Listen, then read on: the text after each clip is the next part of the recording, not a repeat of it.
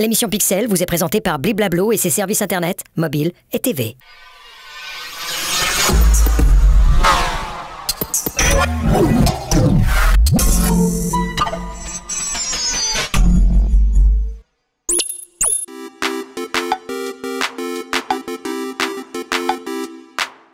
Bonsoir, les algorithmes, vous le savez, sont incontournables dans le monde numérique. Ils nous enferment dans des bulles de filtre. Alors comment sortir de ces œillères pour, par exemple, diversifier ses sources d'informations?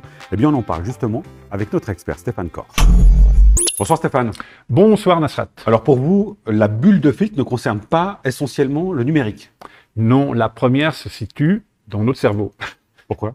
Parce que on a tendance à sélectionner les différents types de contenus en fonction de nos biais, c'est-à-dire par exemple nos croyances aussi, ou nos biais de confirmation. On va retenir certaines informations par rapport à d'autres, et on va aussi construire notre cercle social de cette manière. Et on va avoir des gens autour de nous qui partagent des affinités, nos idées, et donc on va avoir aussi une forme de bulle de filtre qui va faire qu'on ne traite que certaines informations et pas forcément les informations qui nous déplaisent. Donc c'est plutôt naturel. Voilà, c'est plutôt naturel, et les algorithmes sur les réseaux sociaux, eux, vont amplifier ce trait, c'est-à-dire nous amener des informations qui sont en relation avec nos centres d'intérêt, ce qui fait qu'on perd de vue tout ce qui ne les touche pas. Alors justement, ce qui serait intéressant, c'est peut-être de sortir de cette bulle, ne serait-ce que pour avoir plus de diversité en termes d'informations. Comment on s'y prend concrètement à travers les réseaux sociaux? C'est compliqué parce que c'est un effort qui est proactif. Déjà, il y a le paramétrage des différentes plateformes. Certaines plateformes permettent de définir des mots-clés, des choses qu'on aimerait voir ou pas voir. Donc, il y a aussi la capacité à redéfinir ce paramétrage et à le changer aussi pour voir des choses peut-être qu'on n'aime pas forcément, avec lesquelles on n'est pas forcément en accord. On peut avoir dans ces cercles sociaux, sur ces plateformes, des gens avec lesquels on ne partage pas les opinions pour se confronter à ces opinions, bien sûr en toute bienveillance. Et puis, on peut proactivement avoir une analyse aussi de son fonctionnement en disant de temps en temps, il faut que j'aille voir autre chose pour me confronter à des opinions qui ne sont pas forcément les miennes.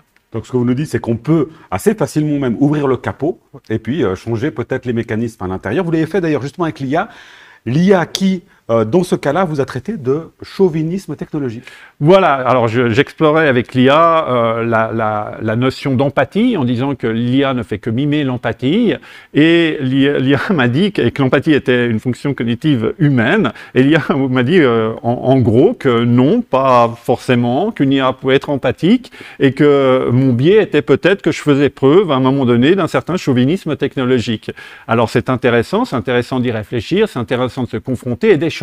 Parce que vous avez demandé à la machine de vous confronter à d'autres idées. Exactement, c'est-à-dire que j'ai une formule qui est un prompt, qui est intégré dans les paramètres, qui fait qu'il y a une remise en question de tout ce que je lui demande, dans une certaine mesure, avec une identification des potentiels biais cognitifs dans l'information.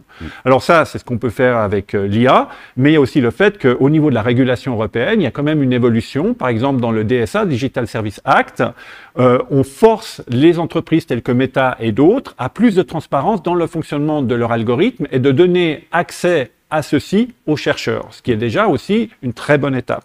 En tout cas, qui va dans la bonne direction. Merci beaucoup, Stéphane Corr, pour ces explications. Merci à vous pour votre fidélité. On se retrouve prochainement pour un nouveau numéro de Pixel, encore et toujours naturellement avec notre expert, Stéphane Corr. Bonne suite de programme. À très vite. Ciao.